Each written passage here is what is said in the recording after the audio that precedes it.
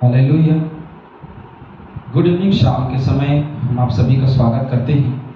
एक बार फिर से आज की क्लास में हम आगे बढ़ेंगे और बढ़ते हुए हम प्रेरितों के काम 24 अध्याय, हम प्रेरितों के काम के अंतिम 5 अध्यायों में आ चुके हैं और इन 5 अध्यायों को हम देखेंगे।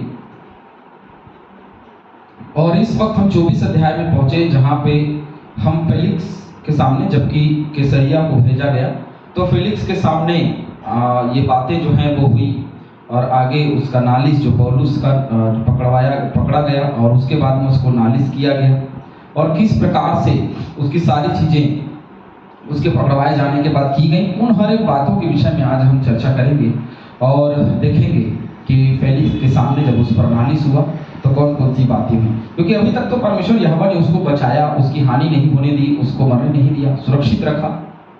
ये एक बहुत बड़ी बात है। चैनल को लाइक करें, सब्सक्राइब करें, शेयर करें, बहुतेरे लोगों तक पहुंचाएं ताकि बहुतेरे लोगों तक ये क्लास पहुंच सके। 24 अध्याय पहला वचन।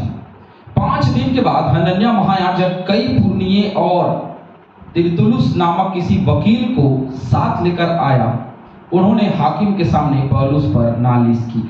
अब ये लोग जो है, हनन्याह नामक एक महायाजक है और यहाँ कई पुरनिये हैं और तिरतुलुस नामक किसी वकील, एक वकील है, जैसे आप देखते होंगे एक वकील कोर्ट में होता है, ठीक वैसे ही यहाँ भी एक वकील हमको देखने को मिलता है। और आज की परंपरा नहीं है ये वकील वाली जो बात है, वो बहुत पहले की परंपरा है कि वकील जो है वो ये समझ लीजिए कि ये हाई कोर्ट में पहुंच गया है मुकदमा जो है वो, और हाई कोर्ट में ये बातें चल रही हैं, समझ लीजिएगा फेलिक्स के सामने। तो हाई कोर्ट का जज है समझिए फेलिक्स। तो वहां पे तिरतुलुस नामक किसी वकील को साथ लेकर आया। उन्होंने हाकिम के सामने क्या किया? फेलिक्स हाकिम के सामने पौलुस पर नालिश की। जब बुलाया गया तो तिरतुलुस उस पर दोष लगाकर कहने लगा, क्योंकि फेलिक्स ने बुलाया था उनको, तो उसके सामने कहने लगा, हे महामहिम फेलिक्स, तेरे द्वारा हम पे बड़ा कुशल होता है और तेरे प्रबंध से इस जाति के लिए अनेक बुराइयां सुधरती जाती हैं। यह उसकी तारीफ कर रहा है कि जो यहूदी जाति है उसमें बहुत सारी गड़बड़ियां तेरे वजह से सुधरी हैं, तूने बहुत सारे चीजों को सुधारा है, तूने कुशल का काम किया है। ये तारीफ की बातें जो हैं उसके लिए शब्दांश निकाला गया कि भाई तू बहुत अच्छा है और तूने ऐसा ऐसा काम किया है ना। लूका, जैसे हम जानते हैं कि परमेश्वर यहोवा जिसने गढ़ा, जिसने बढ़ाया और उसी के सुसमाचार के प्रचार में किसी बात की कमी नहीं की पौलुस ने। और इस वक्त उस पर नालिश मुकदमा चढ़ाने से पहले बड़ी तारीफ, बड़ा समा बांधा जा रहा है, क्योंकि वकीलों का काम ही ऐसे आज भी देखते हैं वकील लोग यही काम करते हैं, है ना। तो भाई केस जीतेंगे नहीं जीते, नहीं हम लोग जीतेंगे, हम लोग जीतेंगे, अरे बिल्कुल जीतेंगे, और अंत में देखते हैं कि हार जाते हैं, कई बार जीत जाते हैं, क्योंकि भाई केस चल रहा है तो 2 वकील हैं, कोई ना कोई तो जीतेगा, कोई ना कोई तो हारेगा, ये तो तय है। तो ये सामाजिक बुराइयों को तूने हमारे समाज से ठीक किया था, यहूदी समाज से, यहूदी जाति से तूने बहुत सारे बुराइयों को सुधारा है, ठीक किया है, बहुत अच्छी बात। आगे, उसको हम हर जगह और हर प्रकार से धन्यवाद के साथ मानते रहे हैं, मानते आए हैं। अब वो कह रहा है कि इसको हम हर जगह और हर प्रकार से धन्यवाद के साथ मानते रहे। बिल्कुल, जो काम आपने किया, जो सुधारात्मक कार्य आपने किया, उसके प्रति हम बड़े धन्यवादी हैं। हर जगह कहीं भी हम जाते हैं हम धन्यवादी रहते हैं। ये एक व्यक्ति के लिए कहना कि मैं धन्यवादी रहता हूं, लेकिन परमेश्वर के लिए धन्यवादी नहीं रहना। आज मनुष्य जो है वो हर एक बातों के लिए, हर एक लोगों के लिए धन्यवादी रहता है, लेकिन परमेश्वर के लिए क्यों नहीं रहता? किसी ने मुझे 100 रुपया दे दिया, मैं बहुत धन्यवादी हूँ उसके लिए। किसी ने मेरा इलाज कर दिया, मैं धन्यवादी हूँ उसके लिए। किसी ने मेरी मदद कर दी, मैं धन्यवादी हूँ उसके लिए। लेकिन परमेश्वर यहोवा जिसने मुझे और आपको बनाया, जिसने मुझे और आपको गढ़ा, जिसने मुझे और आपको अभी तक संभाल करके रखा, जीवितों के मध्य रखा, माता के गर्भ से जन्म के समय बचाया, उस यहोवा का धन्यवाद क्यों नहीं? उस ईश्वर का धन्यवाद क्यों नहीं? क्योंकि हम उसका धन्यवाद नहीं करना चाहते। लूका रचित सुसमाचार 1:3।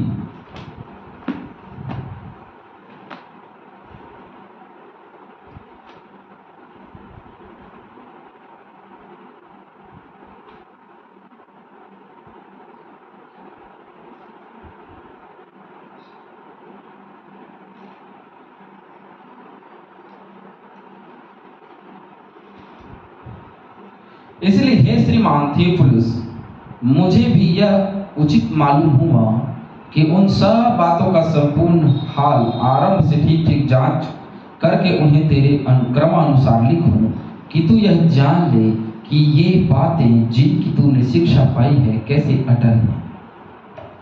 जिसकी शिक्षा पौलुस ने पाई वो कैसी अटल है, लेकिन इन्होंने जो शिक्षा पाई वो क्या है? क्या वो अटल नहीं है? क्या कमजोरी रही है आज के समय में? प्रेरितों के काम 26:25।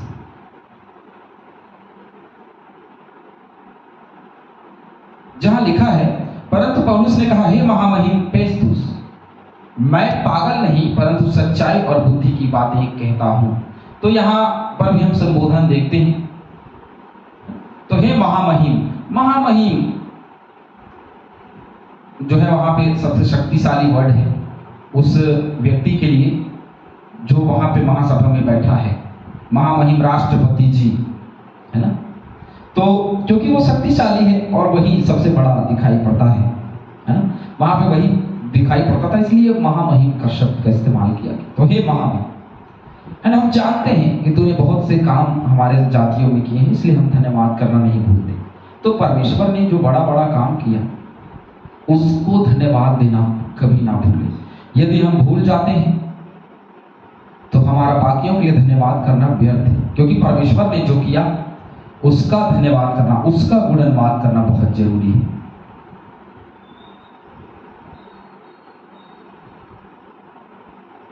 चलिए आगे। परंतु इसीलिए कि तुझे और दुख नहीं देना चाहता, मैं तुझसे विनती करता हूं कि कृपा करके हमारे दो एक बातें सुन ले। मैं तुझे और तकलीफ नहीं देना चाहता, या मैं तुम्हारे सामने में बहुत ज्यादा तुम्हारा समय वेस्ट नहीं करना चाहता। बस मैं एक दो बातें कहूंगा, उसकी उन्हीं बातों को बस सुन लिया जाए। कोर्ट में वकील हाजिर होता है, कहता है कि कुछ बातें हैं जिसको मैं बताना चाहता हूं, आज सुन लीजिए, है ना? और कुछ गवाही है जिस गवाहियों को सुन लीजिए, अर्जी लगाता है। और वह जो है वो जज, बैठे हुए जज जो है उसको कहते हैं कि ठीक है, या उनके पास में समय नहीं रहता तो आप डेट ले लीजिए, अगले बार में जो बात है उसको कहिएगा। तो ये बड़ी कृपा करके कह रहा है कि कृपा करके हमारी दो एक बातें हैं जिसको सुन लीजिए जो पौलुस के खिलाफ है। क्योंकि हमने इस मनुष्य के उपद्रवी और जगत के सारे यहूदियों में बलवा कराने वाला और नासरियों के कुपंथ का मुखिया पाया है। ये नासरियों के कुपंथ मतलब यीशु मसीह के जन्म को इन लोगों ने नासरियों के कुपंथ, अर्थात नासरियों के पंथ मतलब एक अलग बात, लेकिन कुपंथ मतलब इनकी गलत धारणा, इनकी गलत सोच, इनकी घटिया विचार हैं, और उसी विचारों के हमने पौलुस को मुखिया पाया है। और इन लोगों ने सारी यहूदिया में बलवा कराने वाला काम किया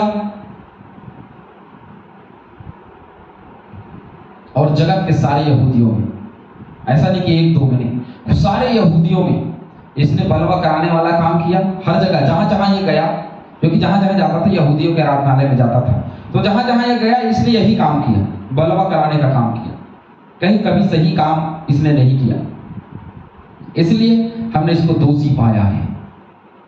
क्या सचमुच में ऐसा है?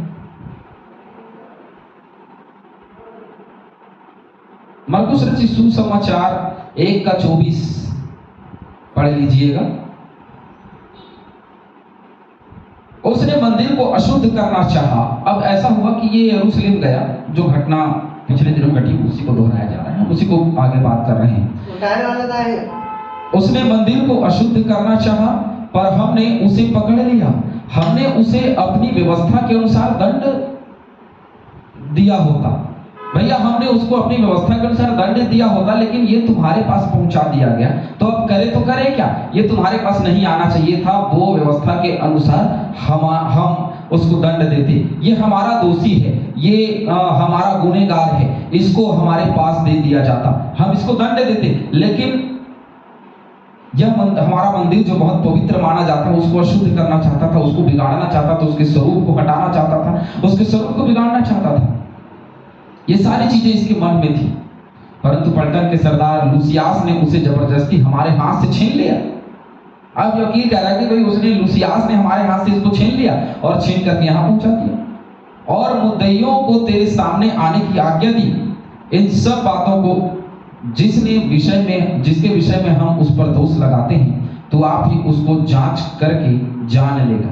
जो हम दोष लगा रहे हैं तो आप ही जांच करके जान लेगा कि हम दोष लगा रहे हैं वो सही है या गलत है। अब बात जो है वो सही है और झूठ के बीच की है। फेलिक्स जो है वो सच्चाई जानना चाहता था, लूसियास जो है वो सच्चाई जानना चाहता था, इसीलिए उसने उसको वहां से निकाला। क्या आज हम सच्चाई जानना चाहते हैं? दोष लगाने से पहले क्या कोर्ट सच्चाई जानना चाहती है? क्योंकि सब अपना काम कर रहे हैं, सब अपना वर्क कर रहे हैं। जज सच्चाई जानना चाहता है, लेकिन वकील जो है वो सच्चाई को कई बार दबा देते हैं और कई बार सच्चाइयां सामने भी आती हैं। और इस वक्त हम देख रहे हैं कि पौलुस के लिए ही बात कही जा रही है कि ये हमारे मंदिर का दोषी है, इसने मंदिर को अशुद्ध करना चाहा, इसने यहूदी में बलवा करवाया, ये नासरियों के कुपंथ का सरदार है और इस प्रकार से हमने इस पर दोष पाया, इसीलिए तू हमको इसे दे दे ताकि हम इसको क्या कर सके, मिटा सके। तू खुद जा करके कार्यवाही कर, खुद जा करके लोगों में पता कर तो तुझे पता चलेगा। तो खुद जा करके कार्यवाही कर तो तुझे पता चलेगा कि इसने क्या गड़बड़ी किया है और तू जान लेगा और तू ही दोषी पाएगा। यहूदियों ने भी उसका साथ देकर कहा, ये बातें इसी प्रकार की ही हैं जैसे ये नालिश करने वाले वकील तिरतुलुस जो कह रहा है, ऐसे ही हमने उसके जीवन में पाया है। ये बातों में ठप्पा लगाने लोग गवाही भी दे रहे हैं। देखिए, एक वकील है और उसके बाद में गवाही भी दिया जा रहा है, किसके खिलाफ? पौलुस के खिलाफ। ये गवाहियां निकल रही हैं। आने वाले क्लास में हम देखेंगे कि गवाहियां कितना प्रबल होती हैं। हालेलुया। अभी हमने देखा कि झूठी गवाहियां भी प्रस्तुत कर दी गई और एक वकील बड़े ही आराम से मंदिर में अशुद्ध करना और यहूदियों के बीच में बलवा करना, नासरियों के कुपंथ, इस प्रकार से उस पर झूठे इल्जाम लगाया जा रहा है। आगे देखते हैं कि वो प्रबल होती है नहीं, आने वाले दिनों में देखेंगे। लेकिन जो प्रभु में है वो हमेशा विजय को प्राप्त करते हैं। प्रभु हम सभी को बहुतायत से आशीष दे। आमीन। हालेलुया।